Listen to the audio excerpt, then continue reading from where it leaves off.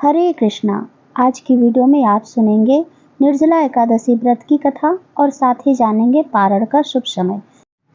तो हम पहले कथा सुनाएंगे। तो कथा इस प्रकार है। श्री भीमसेन बोले कि हे पितामह, भ्राता युधिष्ठिर, माता कुंती, द्रौपदी, अर्जुन, नकुल और सहदेव आदि एकादशी के दिन व्रत करते हैं और मुझसे एकादशी के दिन अन्न खाने को मना करते हैं।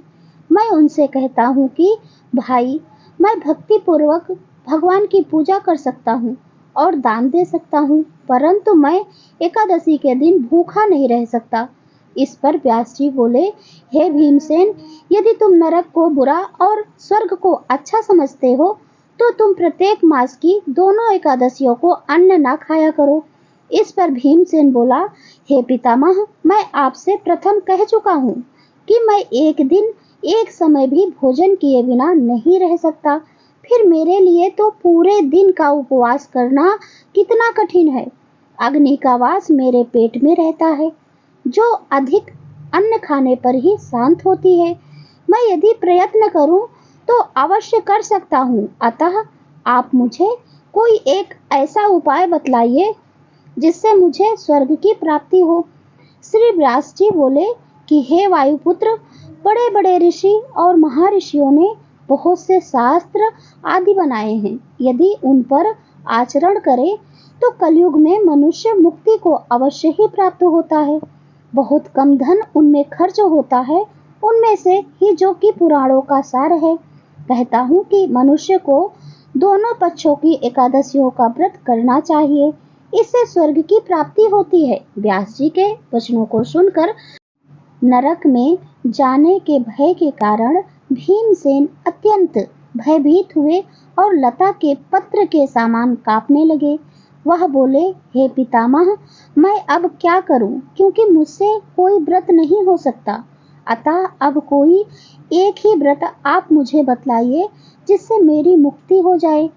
इस पर श्री व्यास जी बोले, हे भीमसेन, कृष्ण और मिथुन ज्येष्ठ मास की शुक्ल पक्ष की एकादशी संक्रांति के मध्य में होती है। उसका निर्जल व्रत करना चाहिए। इस एकादशी के व्रत में स्नान और आचमन में जल वर्जित नहीं है, लेकिन आचमन में 3 मासे जल से अधिक नहीं लेना चाहिए। इस आचमन से शरीर की शुद्धि हो जाती है। आचमन में 7 मासे से अधिक जल मद्यपान के समान है। भोजन इस दिन नहीं करना चाहिए, क्योंकि भोजन करने से व्रत भंग हो जाता है। यदि मनुष्य सूर्योदय से सूर्यास्त तक जल पान न करे तो उसे 12 मास के एकादशी के फल की प्राप्ति होती है। सूर्योदय से पहले द्वादशी के दिन उठना चाहिए और स्नान करके यथा योग्य ब्राह्मण को दान देना चाहिए। इसके पश्चात भूखे ब्राह्मण को भोजन कराना चाहिए। तत्पश्चात स्वयं भोजन करना चाहिए।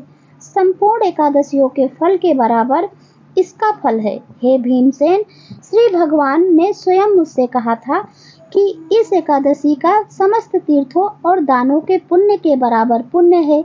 एक दिन मनुष्य निर्जल रहने से समस्त पापों से मुक्त हो जाता है। जो मनुष्य एकादशी का व्रत निर्जल रहकर करते हैं, उनको भयानक यमदूत मृत्यु के समय नहीं दिखते हैं।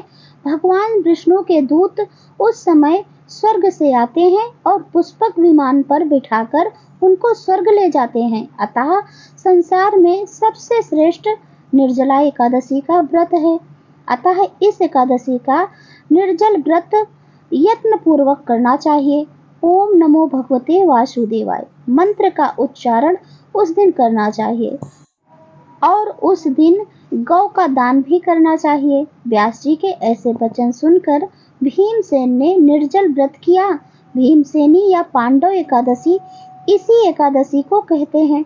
भगवान की पूजा निर्जला व्रत करने से पहले करनी चाहिए और उनसे विनय करनी चाहिए कि हे भगवान, आज मैं निर्जल व्रत कर रहा हूँ या कर रही हूँ और दूसरे दिन भोजन करूँगा।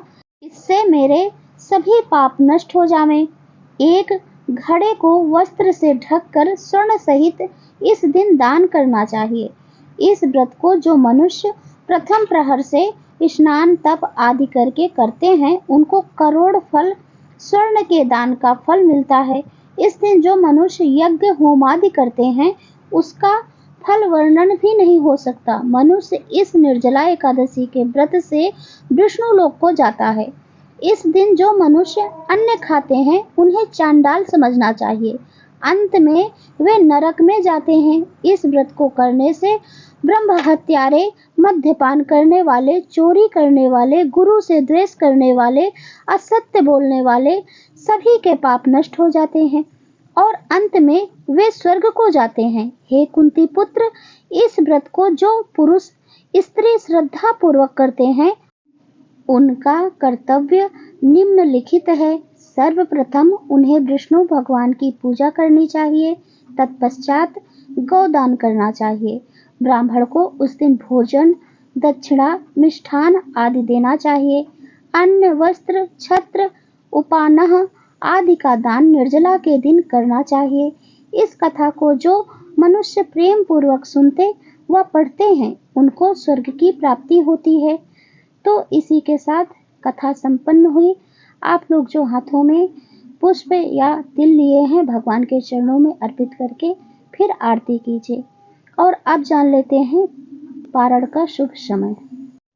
पारण का शुभ समय रहेगा 7 जून को दोपहर 1:44 से शाम 4:31 के बीच तक आप इस समय पारण कर सकते हैं, यानी अपना व्रत खोल सकते हैं।